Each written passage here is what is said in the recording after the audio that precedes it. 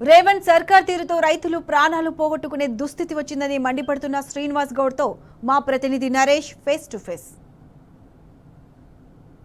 Urea కొరతతోటి రైతులు తీవ్రంగా ఇబ్బందులు పడుతున్నారు. క్యూ లైన్ల వద్ద ఉన్నటువంటి రైతులతోటి మాజీ మంత్రి శ్రీనివాస్ గౌడ్ మాట్లాడారు. ప్రస్తుతం మనతో పాటు ఆయన ఉన్నారు. వారిని అడిగి అసలు క్యూ లైన్లో రైతుల ఇబ్బందులు ఏంటి, ప్రభుత్వ వైఫల్యం గురించి వారితో మాట్లాడదాం. అన్న, పొద్దున్న నుంచి కూడా యూరియా కేంద్రాల వద్ద తిరుగుతున్నారు, రైతులతో మాట్లాడుతున్నారు. ఏం చెప్తున్నారు రైతు? ఒక రైతేమో 3 రోజుల నుంచి ఆడనే కావాలి కాసి వస్తుందని కూడా తిండి లేకుండా చలికి ఫిట్స్ వచ్చినాయి. సాగుబతుల మధ్యలో ఉంటే అంబులెన్స్ పట్టి పంపించినాయి. ఇక్కడ ఈ రైతులు అందరూ కూడా ఏనాడు 10 సంవత్సరాలు మేము అధికారంలో ఉన్నప్పుడు యూరియా పిండి గురించి ఇట్లా ఎప్పుడు నిలబడలే, ఆలోచన చేయలే.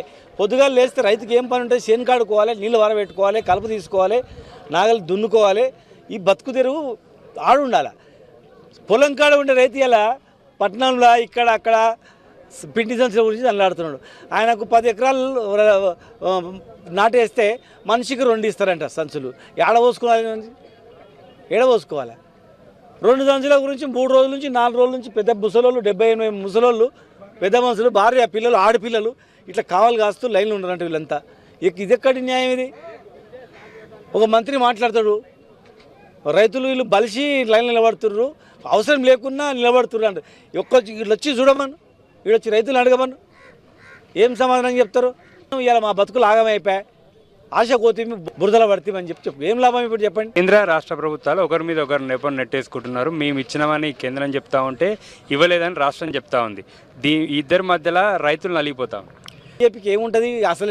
రైతులకు కరెంట్ మీటర్లు పెట్టమని కేసీఆర్ గారు ముఖ్యమంత్రి ఉన్నప్పుడు ఆనాడు బీజేపీ ప్రధానమంత్రి గారు మీరు రైతులకు మీటర్లు పెట్టాలి, ఫ్రీ ఎట్లా ఇస్తావా కరెంటు, మీటర్లు పెట్టని చెప్పిండు. నా ప్రాణం ఉన్నంత వరకు రైతులకు కరెంట్ మీటర్ పెట్టాను, రైతులకు ఫ్రీ ఇస్తానని కేసీఆర్ గారు. తెలియదా వాళ్ళకి? తెలియదా వాళ్ళకు? రైతుల గురించి ఏముంది పట్టింపు? వాళ్ళు పంపినామంటారు, పంపినామని యూరియా ఎక్కడ పోయింది? వాళ్ళు కేసు పెట్టమని, సిబిఐ దర్యాప్తు జరపమని. 2 లక్షల టన్నులు మేము పంపించినాము, వీళ్ళు బ్లాక్ మార్కెట్లకు పోయినాయి, ఎక్కడ పోయినాయో అని యాక్షన్ తీసుకోమను. ఎక్కడ పోయిందో యూరియా అనేది? రాష్ట్ర ప్రభుత్వం కేంద్రం మీద ఇస్తుంది, కేంద్రం రాష్ట్ర ప్రభుత్వం మీద ఇస్తుంది. మేము ఏనాడైనా వేసినామా? మాకు కూడా కేంద్రం సహకరించేలా ఒక చిన్న ప్రాజెక్టు కూడా ఇవ్వాలి జాతీయ హోదా. అయినా మేము సొంత వనరులతో చేసుకోలేదా?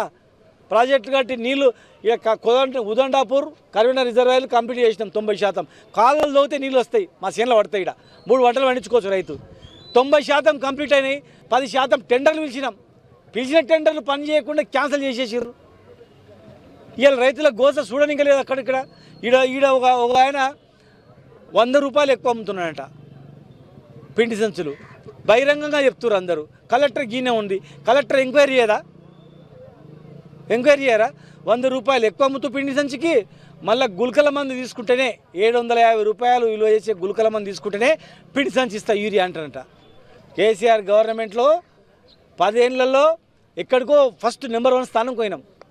మళ్ళీ ఇలా కింద పెద్ద పాము మింగితే కిందికి వస్తా చూడు, మళ్ళీ పుసుకొని కిందికి వచ్చి అన్ని కష్టాలే. ఏ రైతును కదిలిచ్చినా దుఃఖం తప్ప ఏం లేదు. రైతులకు అవగాహన లేదు, వాళ్ళకు రివ్యూ మీటింగ్ లేవు, జిల్లాలో లేవు, రాష్ట్రం లేదు. ఈడ 100 రూపాయలు ఎక్కువ అమ్మితే దిక్కు దివాన్ లేదు.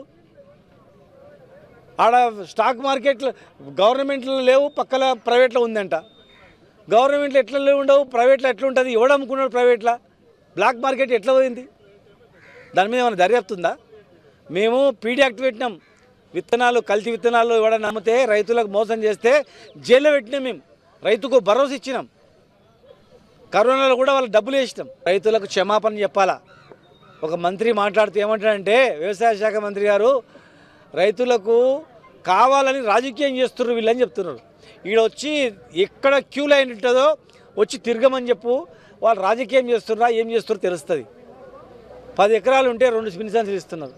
ఆధార్ కార్డుకు పిండి సంచి అంటే ఆంధ్రప్రదేశ్ గవర్నమెంట్లో ఉండే ఇట్లా, యునైటెడ్ ఆంధ్రప్రదేశ్లో ఈ పరిస్థితి ఉండే. మళ్ళా 10 ఏళ్ళు మంచిగా ఉన్నారు, పొరపాటున ఒక్క ఓటు వేసినారు. ఒక ఓటే కదా అని మీరు తెలుసా? ఒక ఓటు ఎంత పని చేస్తుంది? ఇలా ఒక ఓటు రైతు ఆత్మహత్య చేసుకుంటే పట్టించుకుంటలేరు, ఆత్మహత్యల వరకు వెళ్ళిపోయింది. ఒక ఓటు పిండి సంచులకు లైన్ వరకు వెళ్ళిపోయింది. ఒక ఓటు రైతు బంధు ఎగ్గొడితే కథ మళ్ళీ అప్లపాలైన దానికి వెళ్ళిపోయింది. ఒక్క ఓటు అనుకున్నారు కదా, ఒక ఓటు ఇలా తెలంగాణ చూడండి, మీ భూముల రేటు పుట్ట తగ్గిపోయింది. కొన్నిటోళ్ళు లేడు, ఏమైనా ఆపదకు అమ్ముకుందామంటే కొనేటోళ్ళు లేడు. ఇంకా బోనస్ పోయింది, పీనస్ పోయింది, అంత పోయింది అంతా. కనుక యూరియా వల్ల నష్టపోతారు రైతులు. కనుక వాళ్లకు సకాలంలో యూరియా అందించినందుకు ఎకరానికి ఎంత నష్టపరిహారం ఇస్తారో ఇవాళ నాటేసిన తర్వాత కలుపు తీయంగానే వరి యూరియా చల్లాల. నువ్వు 15-20 రోజుల తర్వాత ఇస్తే ఎడ పోసుకోవాలి యూరియా? ఏమిట్లో పోసుకోవాలి యూరియా? కనుక నష్టపరిహారం ఇవ్వాలి, ఖచ్చితంగా రైతులకు క్షమాపణ చెప్పాలి, భవిష్యత్తుకు రైతులకు క్షమాపణ చెప్పి ముక్కు చెంపలు వేసుకోవాలి. రైతుల గురించి లేనిపోయిన మాటలు మాట్లాడినా అబద్ధమే, నిజంగా రైతులకు అవసరం ఉండి వచ్చిందని చెప్పి చెప్పాలి. ఖచ్చితంగా మా ప్రభుత్వం మళ్ళీ అధికారంలోకి వస్తుంది, మళ్ళీ కేసీఆర్ గారు మళ్ళీ 3వసారి ముఖ్యమంత్రి అవుతాడు. ఖచ్చితంగా రైతులను రాజుని చేస్తాం, గ్యారెంటీగా వదిలిపెట్టాము. ఇలా పొరపాటున ఓటేసిన దానికి పాపానికి ఇలా ఆశకుతో ఇంకా ఎక్కువ వస్తున్న ఆశగా వేసినారు. బంగారు బాతును కోసినట్లే అయిపోయింది వాళ్ళకు. ఇప్పుడు అర్థమైపోయింది, అందరికీ అర్థమైపోయింది. గ్యారెంటీగా అప్పటి వరకు మేము కొట్లాడుతూనే ఉంటాం. రైతులకు అన్యాయం జరిగితే నిధులిస్తాం. ఇవాళ మేము కొట్లాడుతున్నందుకే యూరియా బస్తాల గురించి రివ్యూ అవుతుంది, వస్తుంది.